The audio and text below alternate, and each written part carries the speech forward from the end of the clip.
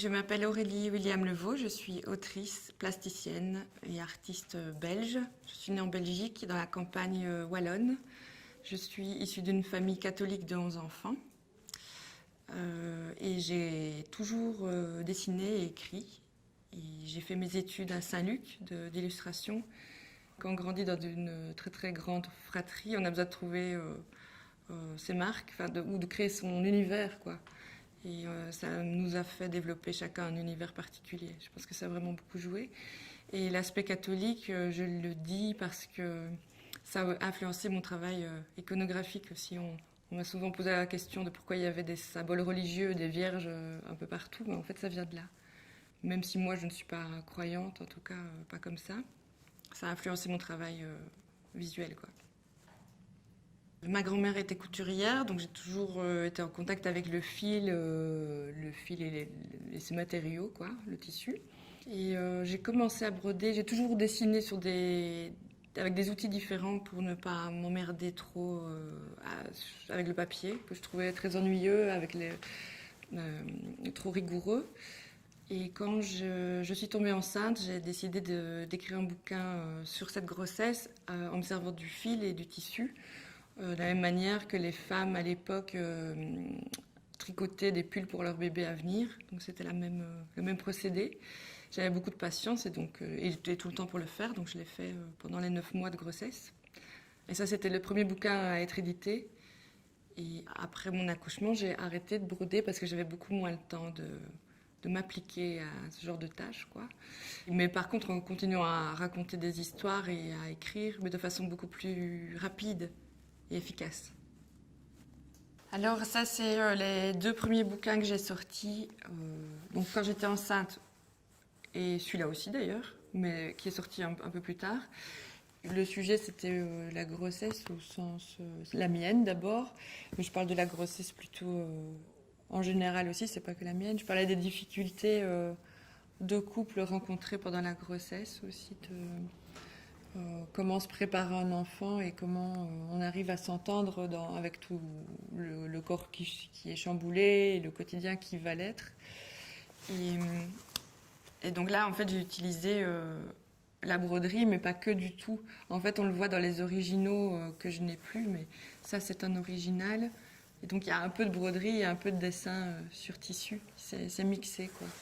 Et alors, ce que je brodais particulièrement, c'est ce que je voulais mettre en valeur pour donner du relief au dessin. Donc, je brodais les choses essentielles comme...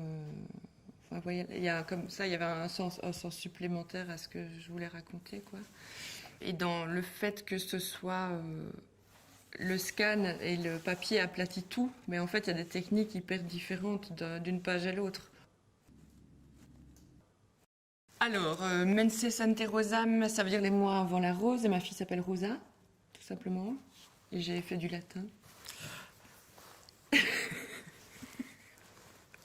Et les yeux du Seigneur, c'est ma mère, quand j'étais petite, j'étais d'ailleurs toujours maintenant hyper anxieuse, je voulais savoir si j'étais jolie. Et si elle me trouvait belle. Et je lui cassais les couilles avec ça, je lui disais, maman, est-ce que tu me trouves belle? Et elle me disait, tu sais, ma chérie, nous sommes tous beaux aux yeux du Seigneur. Et du coup, je me suis toujours trouvée moche.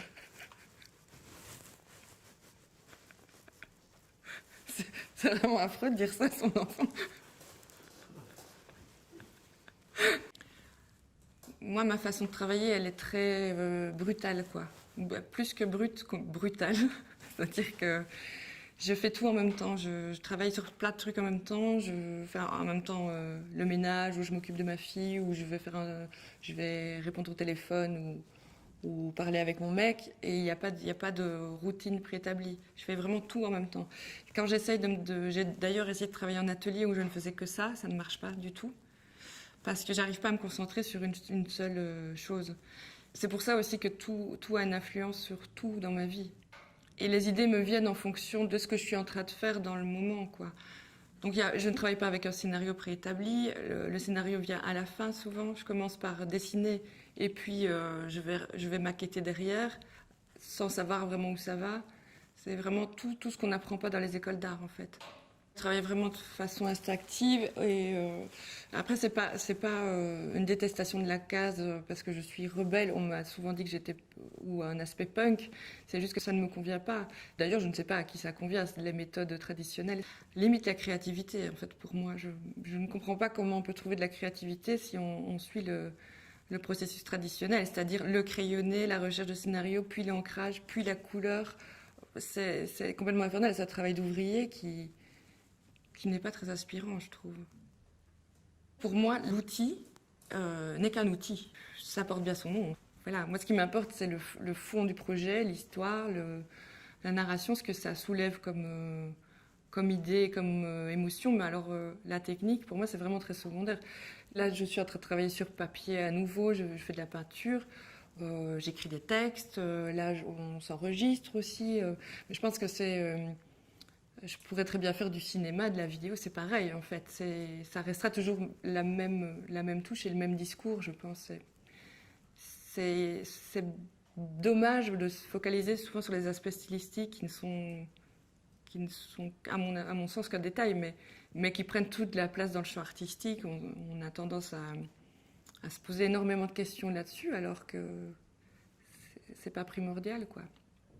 Ce que j'aurais toujours besoin, c'est de changer, en fait, de découvrir de nouveaux espaces et de nouvelles manières de m'exprimer. Moi, mes sources d'inspiration, c'est plutôt la réalité, l'actualité politique, mon actualité à moi, mes aventures, mes expériences avec l'humanité, dans mes choix de vie amoureux, mes déboires, ça m'inspire.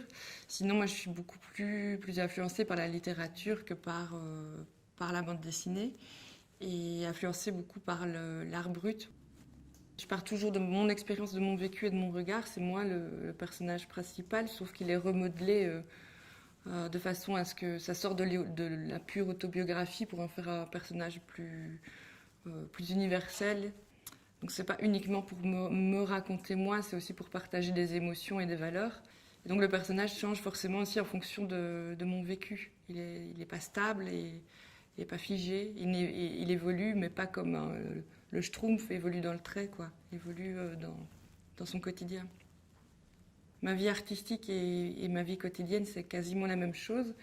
Et c'est vrai que parfois j'ai pu me demander si je ne forçais pas les aventures pour pouvoir les raconter après aussi. Je me mets en scène dans la vie comme dans mes histoires. C'est vraiment très entremêlé. Oui. Mes thèmes ne sont pas toujours forcément joyeux, ils sont plutôt engagés. Enfin, en tout cas, par exemple, j'ai été longtemps identifiée comme autrice féministe. Qui est pas forcément... Enfin oui, si, forcément je suis féministe, mais c'est que j'aborde les thèmes de la vie de manière entière, quoi. Je suis très, très investie par des missions comme ça, de justice en tout cas. Et donc forcément ça peut s'apparenter à de l'art engagé.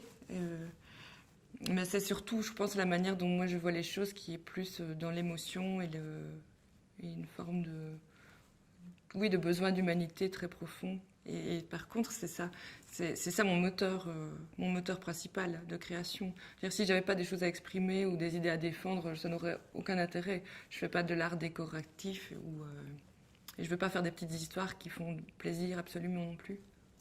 Par exemple, j'ai un des bouquins parle d'une séparation douloureuse, un autre va parler d'un couple violent, de la difficulté d'expression du mal, de comment l'aider à sortir de sa coquille et à s'exprimer.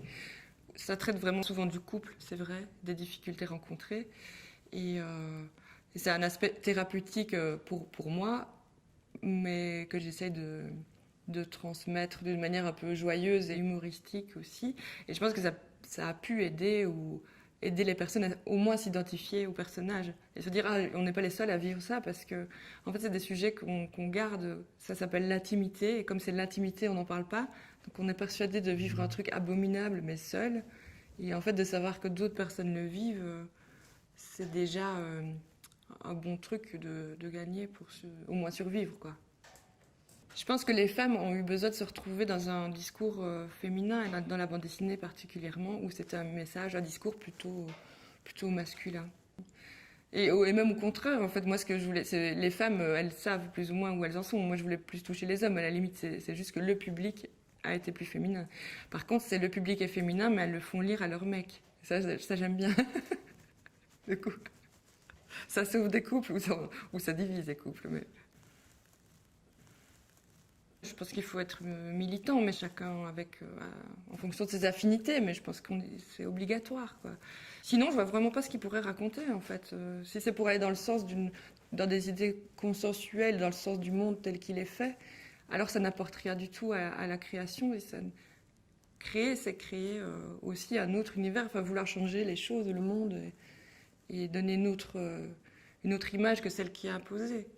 Là, moi, je suis très critique parce qu'il y a aussi tout un pan de la bande dessinée qui est une bande dessinée commerciale et qui sert à juste amuser les lecteurs pendant 1 heure ou quand ils sont aux chiottes. Donc ça existe et ça surexiste. Donc moi, je suis forcément critique par rapport à cette bande dessinée qui est surreprésentée. Et après, dans le milieu indépendant ou alternatif, c'est tout le contraire. En fait, ça ne va pas chercher à amuser ou à distraire, ça va chercher à toucher à des questions plus essentielles. Comme pour le cinéma, qu'est-ce que c'est le cinéma? À quoi ça sert? Il y a le cinéma commercial, particulièrement en France, en ce moment, c'est une vraie catastrophe parce que c'est subventionné et que finalement, il faut que ce soit consensuel et mangeable et digérable très vite. Mais la base du cinéma, c'était pas ça. Je pense qu'on voulait faire changer les codes aussi, je pense, oui. J'ai une vision du monde assez négative, c'est-à-dire que j'ai l'impression que depuis des décennies, enfin peut-être depuis l'origine de l'homme en tout cas, on va dans une espèce de mauvaise direction qui est très peu collective en fait, même si on n'arrête pas de nous parler de solidarité et de collectivité, j'ai l'impression que c'est en fait tout le contraire qui se passe. Parce que la valeur humaine et l'utilité de l'humain disparaît de plus en plus, qu'on est broyé par une machine où on a des statuts de robots de plus en plus minables, quoi, et avec une liberté d'expression de plus en plus réduite. Voilà, donc j'ai une vision très négative du patriarcat, par exemple, du fait d'être sédentaire dans un monde capitaliste, tout ça me dérange vraiment. Mais je reste quand même positive parce que, et justement, c'est pour ça que sinon je n'écrirais pas. Je veux dire, si j'étais totalement nihiliste, je ne prendrais pas la peine d'en parler et de l'écrire. C'est que je pense qu'en le diffusant et en se regroupant, il y a toujours moyen d'aller vers le meilleur. Quand je crée, je me sens... toute la rage disparaît et j'ai l'impression de retrouver une forme de vérité. Et la mienne, mais pas toute seule en fait. J'ai l'impression d'être dans un espèce de grand tout. Il y a une dimension un peu spirituelle ou mystique. Enfin, ouais. Souvent, j'ai l'impression que c'est même pas moi que c'est plus vraiment moi, quoi. Ça peut être un peu schizophrène aussi. C'est plus vraiment moi, mais les choses s'apaisent et c'est comme si je trouvais le nœud. J'arrive à trouver comment boucler mon histoire, donc j'arrive à trouver des issues. C'est super apaisant en fait. Là, je suis en train de corriger. Il est envoyé mon prochain bouquin qui sort. C'est un roman qui sort en mai. Et je suis en train de travailler sur une série qui parle de la pandémie. Plus que de la pandémie, c'est plutôt la façon dont ça a été géré, quoi. Je parle plutôt de crise sociale que de virus. Hein. C'est de ça que je parle. Mais je fais souvent 2-3 bouquins en parallèle sur les mêmes sujets et en même temps. Parce que c'est comme si j'ai plusieurs manières de raconter et je veux les faire chacune. Donc je fais plusieurs projets en même temps et alors je choisis des éditeurs différents qui ne savent pas que je fais des projets qui parlent de la même chose chez chacun.